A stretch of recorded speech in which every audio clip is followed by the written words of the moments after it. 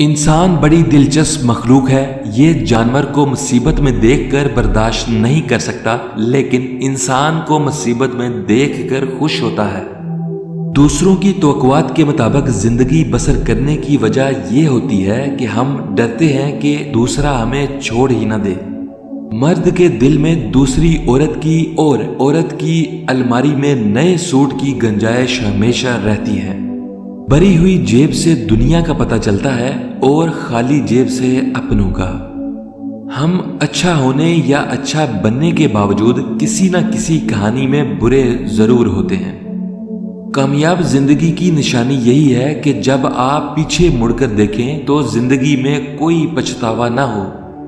अक्सर लोगों में तकब्बर होता है, लेकिन उनका नफ्स इनको पता नहीं चलने देता। हर एक चीज अपने वक्त पर ही अच्छी लगती है, लेकिन नेकी कमाने का वक्त जवानी है। अफसोसनाक बात यह है कि हम नेकी उस वक्त करते हैं जब बुराई के काबिल नहीं रहते। अक्सर लोग अपनी गुफ्तगू से गीबत, बोहतान और तोहमत निकाल दें तो बाकी सिर्फ खामोशी रह जाती है, जो कि एक बेहतरीन इबादत है।